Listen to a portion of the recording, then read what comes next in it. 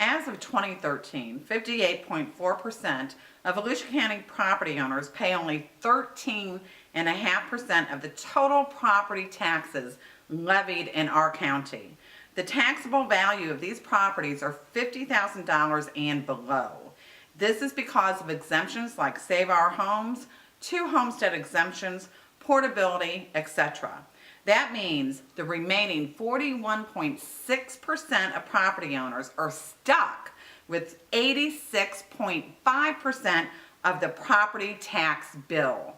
How do you feel about charging fees for services to replace some or all property taxes, which could be more equitable?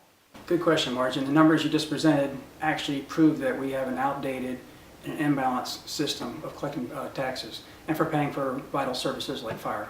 I think that we probably need to consider, for one, large development in rural areas, large residential development in rural areas. New development actually costs existing taxpayers thousands of dollars or even tens of thousands of dollars annually to provide services to those large rural areas, new development. I think that we need to consider perhaps a fee for those services and for those new developments until they actually build the property tax and pay for their own way, or we need to look at a fee for services countywide, because what we have doesn't work. Why did the county need to raise property taxes this year over 5% when the total of all fund balances at all times has been a minimum of $391 million and a maximum of $461 million for the last 4 quarters? Also, it is recommended by accounting principle and standards that reserves should only be from 10 to 15%. Well, they didn't have to vote to increase our taxes.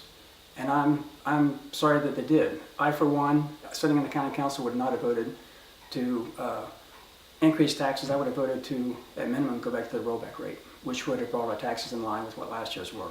Last year's 2013 and 14 total budget was $597 million. 2014 and 15 total budget is $628 million. That's an increase of almost $31 million. We don't see a lot of where the money's going. We hear a lot of stories about how we need to pad our reserves, we need to be up to the 10 to 15%, which we're at. So where's it going? I've heard say our VA services, instead of serving 8,000 people, we're going to be serving up to 16 or 17,000.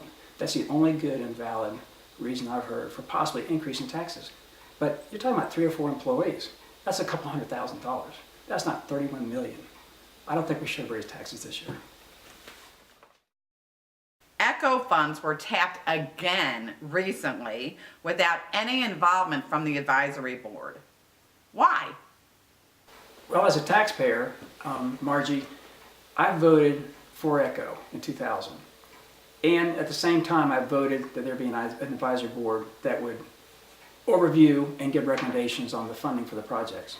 As a county council member from 2007 to 2012, I utilized that advisory board in the final decision from the county council, and my vote to approve projects. And to not have that advisory board recommendation today, I think we're sliding the system.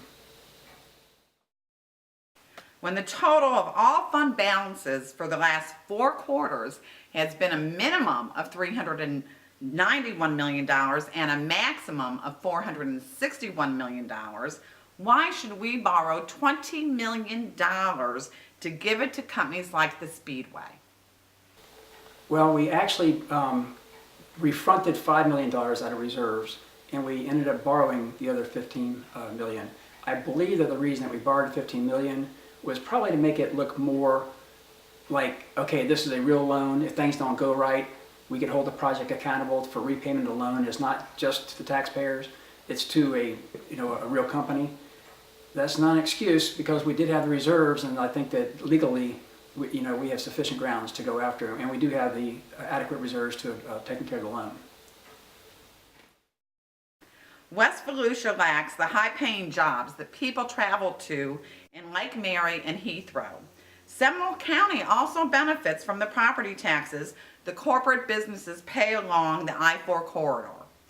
If Volusia County is going to attract high-paying corporate jobs to West Volusia, the I-4 exit 114 interchange is the last undeveloped tract of land that can realistically take place and be convenient for corporate businesses. How do you see the development of this land taking shape over the next few years? Can you see development such as the new Verizon building in Lake Mary? Can you see that here in Volusia's future? And what do you think would be most beneficial to Volusia County residents? I think that the I-4 exit 114 would have been a fantastic place to land the Verizon complex, which resulted in about 750 jobs. Unfortunately, we weren't on the radar, we didn't have anything prepared, and Seminole County got it. I believe that as a county, we need to be focusing on what type of businesses we want to attract. And I think a major type of business would be the STEM, scientific, technology, environmental, and or mathematical companies. Those tend to pay higher salaries and would increase the median income in Volusia County. Name 3 things that are priorities if you are elected. The first thing I think that I would do is to take out the budget and to get it back on track. I spent 6 years in the county council from 2007 to 2012, and during those 6 years, we right-sized government and reduced bureaucracy, therefore reducing taxes. In the last 2 years since I've been gone, property taxes have gone up 4.5% and 5.2%. $31 million alone in 2014-15. This year in the property tax bill. That's wrong. Government doesn't need to grow just because property values increase. The next thing is I would take a hard look at property taxes. Take a hard look at how unbalanced a larger percentage of a small percentage of property owners pay for the largest percentage of services for all the county. And maybe we ought to look at everybody paying their fair share, whether it be through a fee or looking at the way property taxes are distributed or how we're collecting them. We have a lot of nonprofit buildings and property on the records, yet there's still services provided to those areas, nonprofits. Do we pick some of those? Do we leave others alone? I don't know, but we need to have those discussions. And the last thing, which is my passion, is preserving and protecting Volusia County, our natural resources, the beach and the Intercoastal River on the east side, and the rivers and the springs, the lake, St. John's River, springs and a lake here in Volusia County on the west side. Thank you.